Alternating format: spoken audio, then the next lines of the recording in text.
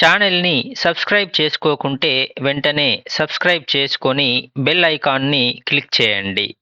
తద్వారా మేము video upload చేయగానే మీకు వెంటనే నోటిఫికేషన్ వస్తుంది. మీ స్కోర్‌ని కామెంట్స్‌లో తెలియజేయండి. అలాగే మన వీడియోస్ నచ్చితే లైక్ చేయండి. మీ ఫ్రెండ్స్ మరియు ప్రిపేర్ అవుతున్న వారికి షేర్ చేయండి. అదేవిధంగా మీ ఫేస్‌బుక్ మరియు ఇన్‌స్టాలో కూడా పోస్ట్ చేయండి. దీనివల్ల మన వీడియోస్ మరింత మందికి రీచ్ అవుతాయి. మన విత్‌చారి.inలో అన్ని కాంపిటీటివ్ ఎగ్జామ్స్ ప్రిపరేషన్ ప్రాక్టీస్ టెస్ట్‌లు ఉచితంగా అందుబాటులో ఉన్నాయి. కావున వెబ్‌సైట్‌ని విజిట్ చేసి ప్రాక్టీస్ చేయండి. ఇంకొక ముఖ్యమైన విషయం ఏంటంటే ప్రతి ప్రశ్నకు మేమిస్తున్న వివరణాత్మక విశ్లేషణను పూర్తిగా వినండి మరియు ఒక సెపరేట్ నోట్బుక్లో బిట్స్ రూపంలో రాసుకోండి. ఇలా చేయడం ద్వారా ఎగ్జామ్లో ఈ టాపిక్ మీద ఎలాంటి క్వశ్చన్ వచ్చినా కూడా మీరు దాన్ని సులభంగా సమాధానం ఇవ్వగలుగుతారు. అదేవిధంగా మీకు ఆన్సర్ తెలిసినటువంటి క్వశ్చన్ యొక్క ఎక్స్‌ప్లనేషన్‌ని కూడా స్కిప్ చేయకుండా వినండి. అలాగే నోట్స్ రాసుకోండి. తెలంగాణలో ప్రసిద్ధ అగస్త్యేశ్వరాలయం ఏ ప్రాంతంలో కలదు?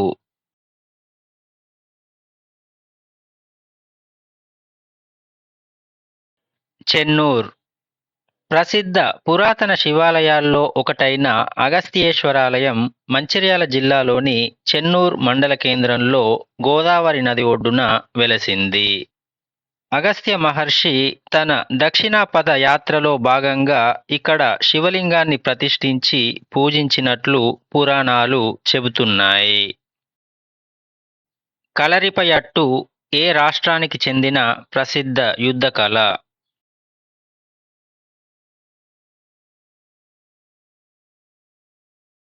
కేరళ. కలరిపయట్టు అనేది కేరళ రాష్ట్రంలో ఉద్భవించిన భారతదేశంలోనే అత్యంత పురాతనమైన మరియు ఇప్పటికీ సజీవంగా ఉన్న సంప్రదాయ యుద్ధ కళ. దీనిని ప్రపంచంలోని అత్యంత పురాతన యుద్ధ కళలలో ఒకటిగా పరిగణిస్తారు. టెస్ట్ క్రికెట్లో హ్యాట్రిక్ సాధించిన తొలి భారత బౌలర్ ఎవరు?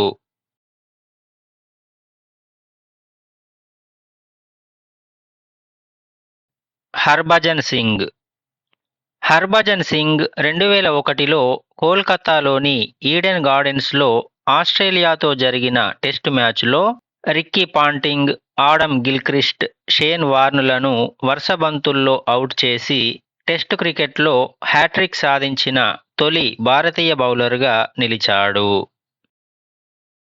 పన్నా టైగర్ రిజర్వ్ ఏ రాష్ట్రంలో కలదు?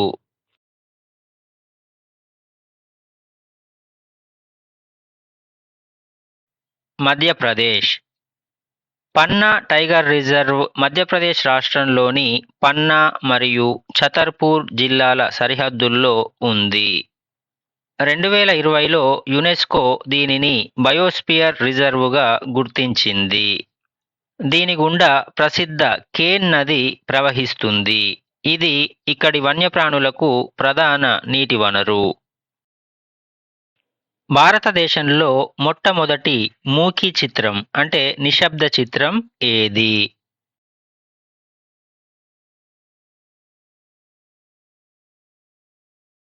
రాజా హరిశ్చంద్ర. 1913లో భారత చలనచిత్ర పితామహుడు దాదాసాహెబ్ ఫాల్కే దర్శకత్వం వహించి నిర్మించినటువంటి రాజా హరిశ్చంద్ర చిత్రం భారతదేశంలోనే మొట్టమొదటి పూర్తి నిశ్శబ్ద మూకీ చిత్రం. భారతదేశంలో భారతీయుల చేత పూర్తి నిడివితో వచ్చిన మొట్టమొదటి స్వదేశీ చిత్రం ఇదే. ప్రస్తుత భారతదేశ కేంద్ర ఆర్థిక మంత్రి ఎవరు?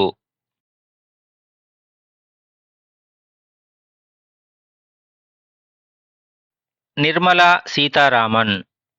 మే 2019 నుండి భారతదేశ కేంద్ర ఆర్థిక మంత్రిగా బాధ్యతలు నిర్వర్తిస్తున్న నిర్మలా సీతారామన్ గారు భారత పార్లమెంట్ చరిత్రలోనే వరుసగా 9 సార్లు బడ్జెట్ ప్రవేశపెట్టిన ఏకైక ఆర్థిక మంత్రిగా రికార్డు సృష్టించారు. ఇందిరాగాంధీ తరువాత ఈ పదవిని చేపట్టిన రెండవ మహిళ మరియు మొదటి పూర్తిస్థాయి మహిళా ఆర్థిక మంత్రి కూడా ఈమె. రెండవ పానిపట్టు యుద్ధం ఎవరెవరి మధ్య జరిగింది?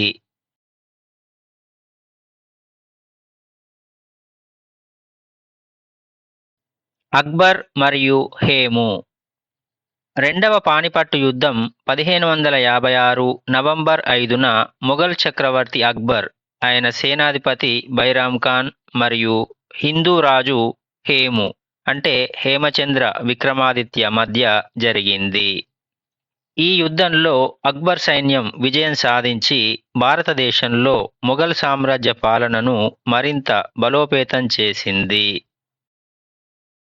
సాలెపురుగులు అంటే ఉండే విపరీతమైన భయాన్ని ఏమంటారు?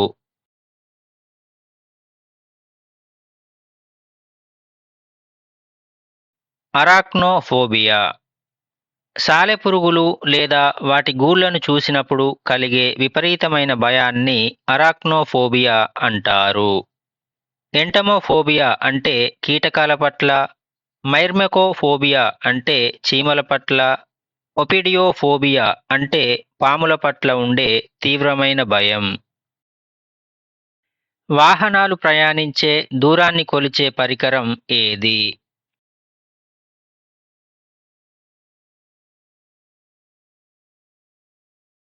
Odometer.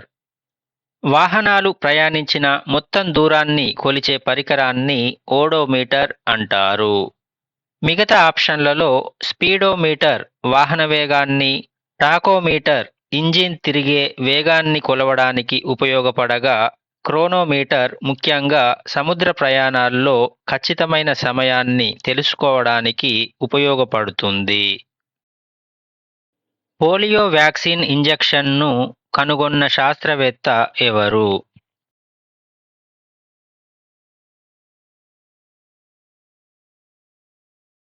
Jonas Salk.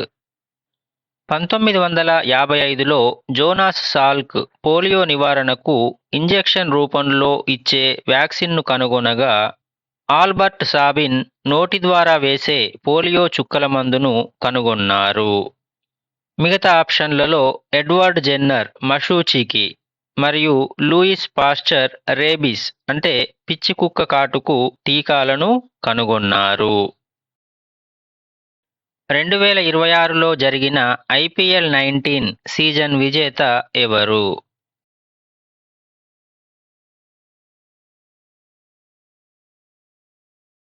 Royal Challengers Bengaluru. అహ్మదాబాద్లోని నరేంద్ర మోడీ స్టేడియంలో జరిగిన ఐపీఎల్ 2026 ఫైనల్లో రాయల్ ఛాలెంజర్స్ బెంగళూరు ఆర్సీబీ జట్టు గుజరాత్ టైటాన్స్ జీటీ జట్టుపై 5 వికెట్ల తేడాతో విజయం సాధించి ట్రోఫీని కైవసం చేసుకుంది. ఈ విజయంతో చెన్నై సూపర్ కింగ్స్ అలాగే ముంబై ఇండియన్స్ల తర్వాత వరుసగా రెండుసార్లు అంటే 2025లో 2026లో ఐపీఎల్ టైటిల్ను గెలుచుకున్న మూడో జట్టుగా ఆర్సీబీ చరిత్ర సృష్టించింది.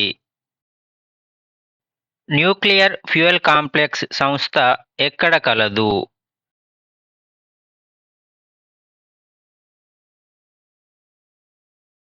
Hyderabad. Nuclear fuel complex NFC 1971లో తెలంగాణలోని హైదరాబాద్ మౌలాలీలో స్థాపించబడింది. ఇది భారత అణుశక్తి శాఖ డిఏఈ పరిధిలో పనిచేస్తూ దేశంలోని అణు విద్యుత్ కేంద్రాలకు అవసరమైన ఇంధనాన్ని మరియు రియాక్టర్ల విడిభాగాలను తయారు చేస్తుంది. భారతదేశ తొలి స్వదేశీ యుద్ధ విమాన వాహక నౌక ఏది?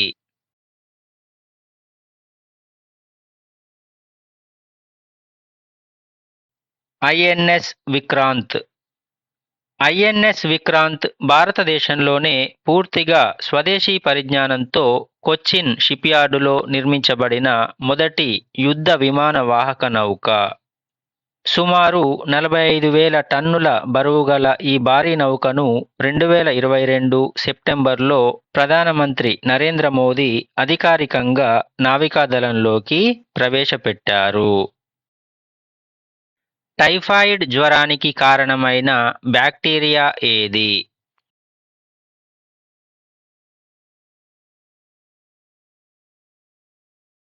Salmonella typhi.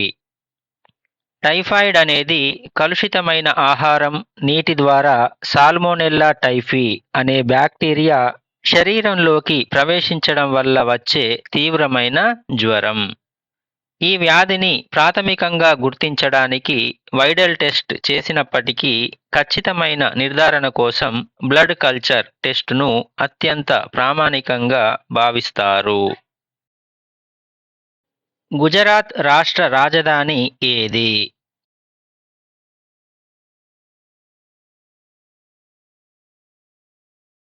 గాంధీనగర్. గుజరాత్ రాష్ట్ర రాజధాని గాంధీనగర్. ఇది మహాత్మా గాంధీ జ్ఞాపకార్థం నిర్మించబడింది. అంతకుముందు 1960 నుండి 1970 వరకు అహ్మదాబాద్ నగరం గుజరాత్కు తాత్కాలిక రాజధానిగా సేవలందించింది. హీరాకుడ్ డ్యాం ఏ నదిపై నిర్మించబడింది?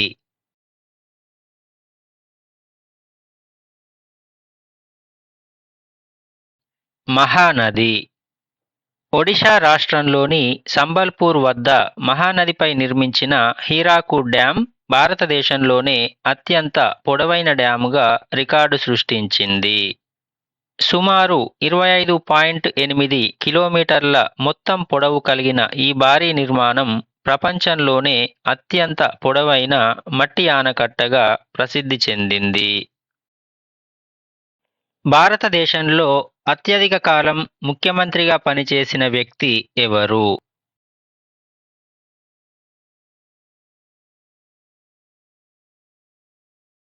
పవన్ కుమార్ చామ్లింగ్. సిక్కిం మాజీ ముఖ్యమంత్రి పవన్ కుమార్ చామ్లింగ్ 24 ఏళ్ల 165 రోజుల పాటు వరుసగా పదవిలో ఉండి భారతదేశంలోనే అత్యధిక కాలం పనిచేసిన ముఖ్యమంత్రిగా రికార్డు సృష్టించారు. ఒడిషా మాజీ ముఖ్యమంత్రి నవీన్ పట్నాయక్ 24 ఏళ్ల 99 రోజులు మరియు పశ్చిమ బెంగాల్ మాజీ ముఖ్యమంత్రి జ్యోతి బసు 23 ఏళ్ల 137 రోజులు ఆ తర్వాతి స్థానాల్లో ఉన్నారు. ఆకుపచ్చ కాంతిలో ఎరుపు రంగు వస్తువు ఏ రంగులో కనిపిస్తుంది?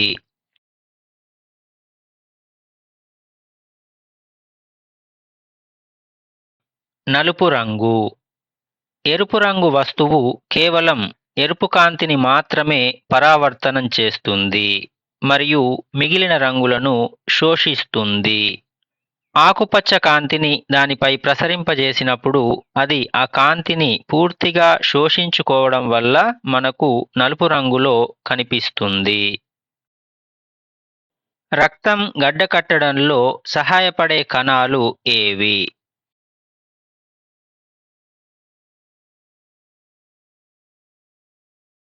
ప్లేట్లెట్స్.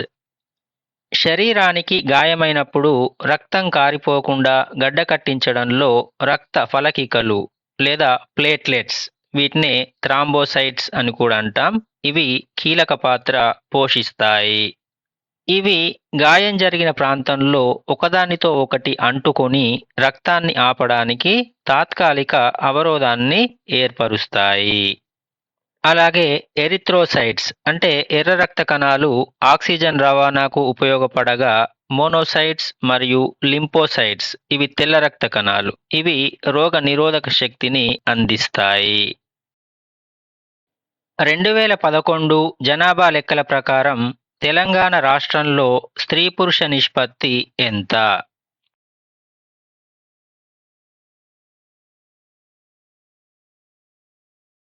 988:1000. 2011 జనాభా లెక్కల ప్రకారం తెలంగాణ రాష్ట్రంలో స్త్రీ పురుష నిష్పత్తి 988:1000. అంటే ప్రతి 1000 మంది పురుషులకు 988 మంది స్త్రీలుగా ఉంది. ఇది జాతీయ సగటు నిష్పత్తి అయిన 943:1000 కంటే మెరుగ్గా ఉంది. భారతదేశంలో అత్యధికంగా బాక్సైట్‌ను ఉత్పత్తి చేసే రాష్ట్రం ఏది?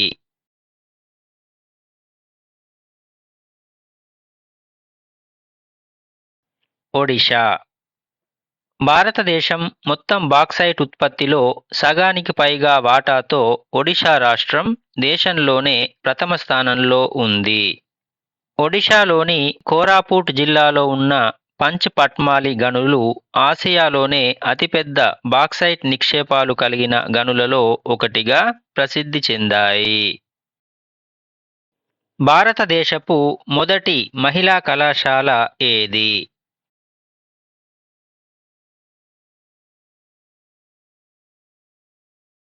బెతూన్ మహిళా కళాశాల, కోల్కతా.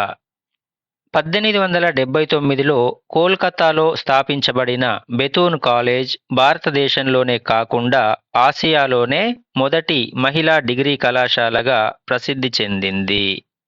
ఇది 1849లో బాలికల పాఠశాలగా ప్రారంభమై 1879లో కళాశాలగా రూపాంతరం చెందింది. ఇది కోల్కతా విశ్వవిద్యాలయానికి అనుబంధంగా ఉంది. నోబెల్ బహుమతి పొందిన తొలి మహిళ ఎవరు?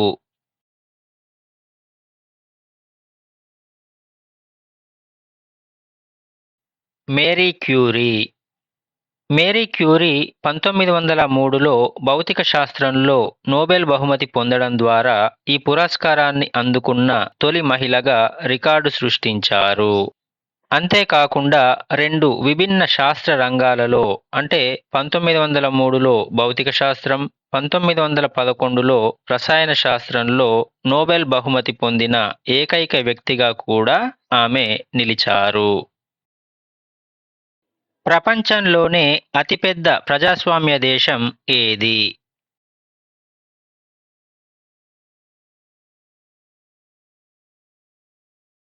భారతదేశం.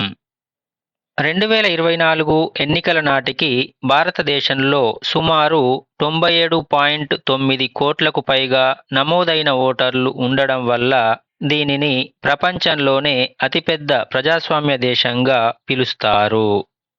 అమెరికా అత్యంత పురాతన ప్రజాస్వామ్యం కాగా బ్రిటన్ పార్లమెంటరీ ప్రజాస్వామ్యానికి, అలాగే స్విట్జర్లాండ్ ప్రత్యక్ష ప్రజాస్వామ్యానికి ప్రసిద్ధి చెందాయి. ప్లాసీ యుద్ధంలో రాబర్ట్ క్లైవ్ చేతిలో ఓడిపోయిన బెంగాల్ నవాబు ఎవరు?